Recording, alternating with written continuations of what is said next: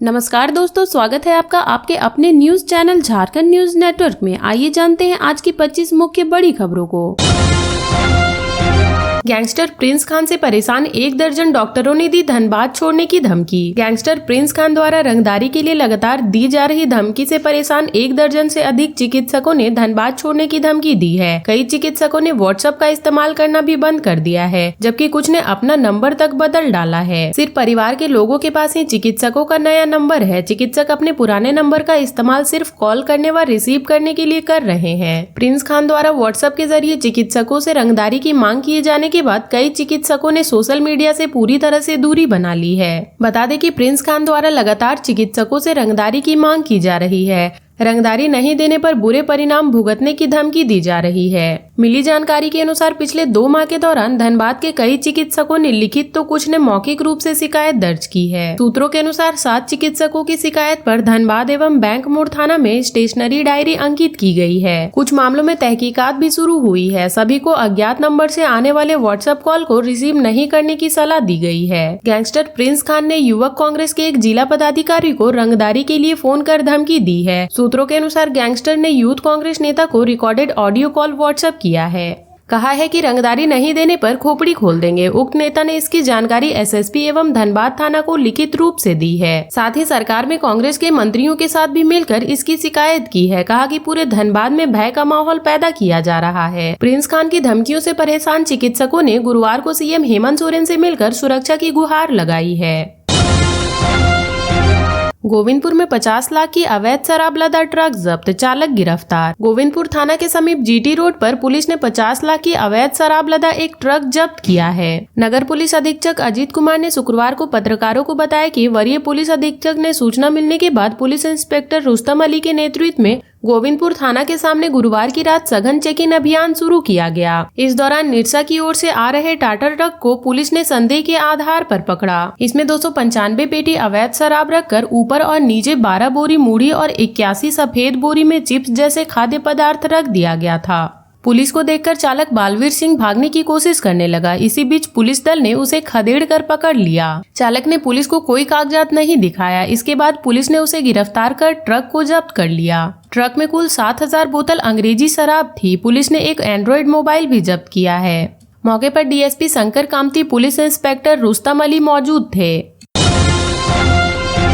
SNMMCH के OPD में सर्दी, खांसी, बुखार समेत कई बीमारियों की दवाई खत्म। Shaheed Nirmal Mahto medical college and hospital में इन दिनों दवा का टोटा है। सर्दी बढ़ने के साथ मरीजों की संख्या तेजी से बढ़ रही है। वहीं अस्पताल के ओपीडी में मौसमी बीमारी से ग्रसित मरीजों के लिए सर्दी, खांसी, बुखार, पेट दर्द, दस्त समेत अन्य दवाई खत्म हो गई है। अस्पताल के ओपीडी में पहुँचने वाले मरीजों को चिकित्सक परामर्श तो मिल रहा है, इसके बाद निःशुल्क दवा काउंटर जाने पर लौटा दिया जा रहा है। स्वास्थ्य कर्मियों के अनुसार पिछले 1 सप्ताह से यही स्थिति बनी हुई है। अन्य उपलब्ध दवाओं का स्टॉक भी सीमित है। इस वजह से अस्पताल प्रबंधन ने एक मरीज को अधिकतम सप्ताह भर की दवाई देने से संबंधित निर्देश जारी कर दिया है। अस्पताल में सबसे ज्यादा बुरा हाल 5 साल के बच्चों के दवा का है। बदलते मौसम में बच्चे अधिक बीमार होकर पहुंच रहे हैं। इसके लिए अस्पताल के ओपीडी में एंटीबायोटिक, बुखार, दर्द, खांसी, गैस समेत कई अन्य दवा उपलब्ध नहीं है। ऐसे में बच्चों के परिजन उनके लिए बाहर से दवा खरीद कर ले रहे हैं। कर्नाटक के 2 सगे भाई समेत 3 साइबर अपराधी गिरफ्तार। धनबाद के साइबर अपराधी लोगों को ठगने के लिए अब दूसरे प्रदेश के युवकों का इस्तेमाल कर रहे हैं। बदले में उन्हें तय राशि दी जा रही है। यह खुलासा हुआ सरायढेला थाना क्षेत्र के सहयोगी नगर सेक्टर 3 के सृष्टि करुणा इंकविल के एक फ्लैट में छापेमारी के बाद यहां से कर्नाटक के 2 सहदोर भाई समेत 3 युवकों को गिरफ्तार किया गया है। धनसार थाना क्षेत्र के मास्टरमाइंड सोनू अभी भी पुलिस की गिरफ्त से बाहर है। उसे पकड़ने के लिए पुलिस छापेमारी कर रही है। उक्त जानकारी साइबर डीएसपी संजीव कुमार ने शुक्रवार को अपने कार्यालय में दी। साइबर डीएसपी संजीव कुमार ने बताया कि तीनों आरोपी प्रतिबिंब ऐप के माध्यम से पकड़े गए हैं। इन लोगों ने कुछ माह पहले तेलंगाना हैदराबाद के एक व्यक्ति को 1 लाख रुपए लोन दिलाने के नाम पे प्रोसेसिंग चार्ज के लिए 4600 रुपए की ठगी की थी। उक्त व्यक्ति ने हैदराबाद में इसकी प्राथमिकी दर्ज करवाई थी। वहां उसका नंबर प्रतिबिंब ऐप में डाला गया था। उसके बाद उक्त नंबर को धनबाद के सहयोगी नगर में एक्टिव हुआ तो साइबर थाना की पुलिस ने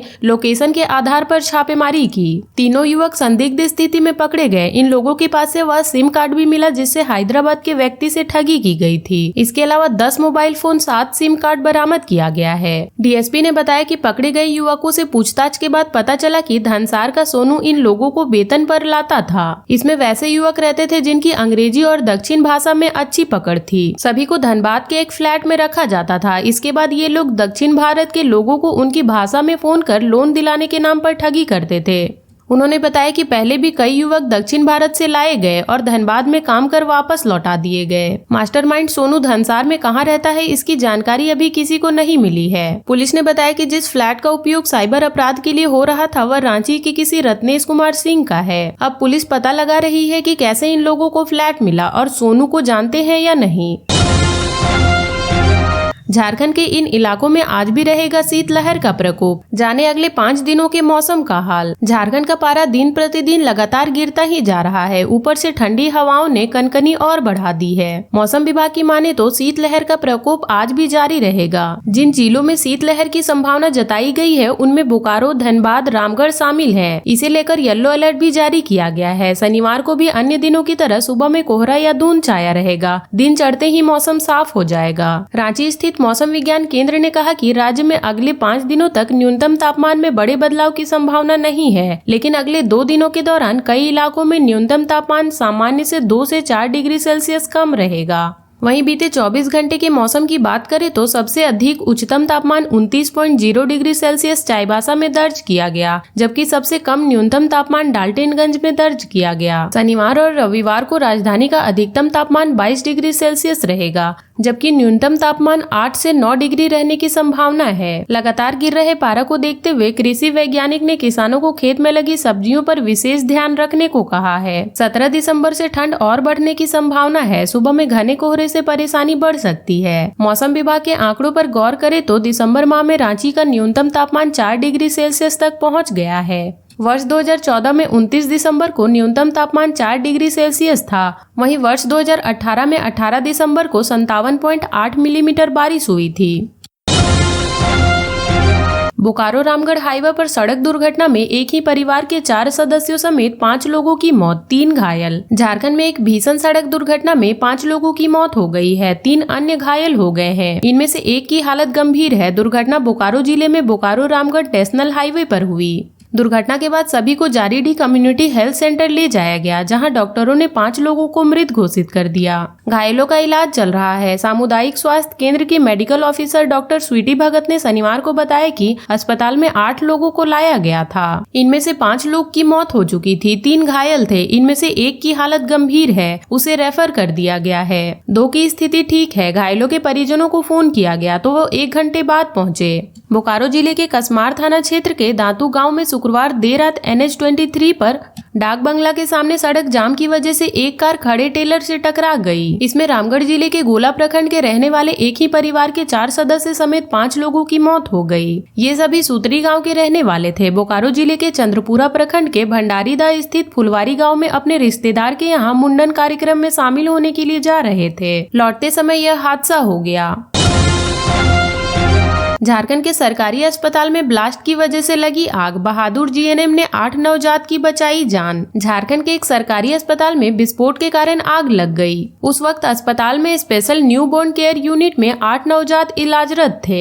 आग लगने के बाद GNM ने बहादुरी का परिचय देते हुए सभी 8 नवजात को सुरक्षित निकाल लिया। घटना शुक्रवार और शनिवार की दरमियानी रात करीब 1:30 बजे हुई। पलामू जिले के मेदनी राय मेडिकल कॉलेज में SNCU वार्ड में शॉर्ट सर्किट की वजह से हाई फ्लो मशीन में आग लग गई। उस वक्त GNM ममता त्रिशूल और दयानी ओरिया ड्यूटी पर थीं। इन दोनों GNM ने बहादुरी का परिचय दिखाया और सभी 8 बच्चों को समय सुरक्षित निकाल लिया। GNM ममता त्रिशूल ने बताया कि रात 1:30 बजे के करीब विस्फोट की आवाज सुनाई दी। इसके बाद वह दौड़ते हुए SNCU वार्ड में पहुंची। देखा कि हाई वोल्टेज मशीन में आग लग गई है। ममता ने दयानी के साथ मिलकर सभी नवजात को सुरक्षित निकाला। दोनों ने 4-4 बच्चों को एक साथ उठाया और उसे लेकर बाहर निकल गयी। सभी 8 नवजात को लेकर वार्ड में ले गयी और ऑक्सीजन लगाया। फिर वाटर कंटेनर की मदद से तुरंत आग पर काबू पाया गया। समय रहते तुरंत कार्रवाई नहीं की जाती तो इलाजरत बच्चों की जान जा सकती थी। आग लगने के तुरंत बाद इसकी सूचना डॉक्टर रजी और civil surgeon doctor Anil Kumar को दी गई। दोनों रात में अस्पताल पहुंचे। 2 घंटे के बाद सभी 8 बच्चों को SNCU वार्ड में शिफ्ट किया गया। आग लगने की वजह से कोई बड़ा नुकसान नहीं हुआ। और अब तक के लिए इतना ही। ऐसे ही वीडियोस के लिए लाइक, शेयर एंड सब्सक्राइब करें और जुड़े रहे झारखंड न्यूज नेटवर्क से।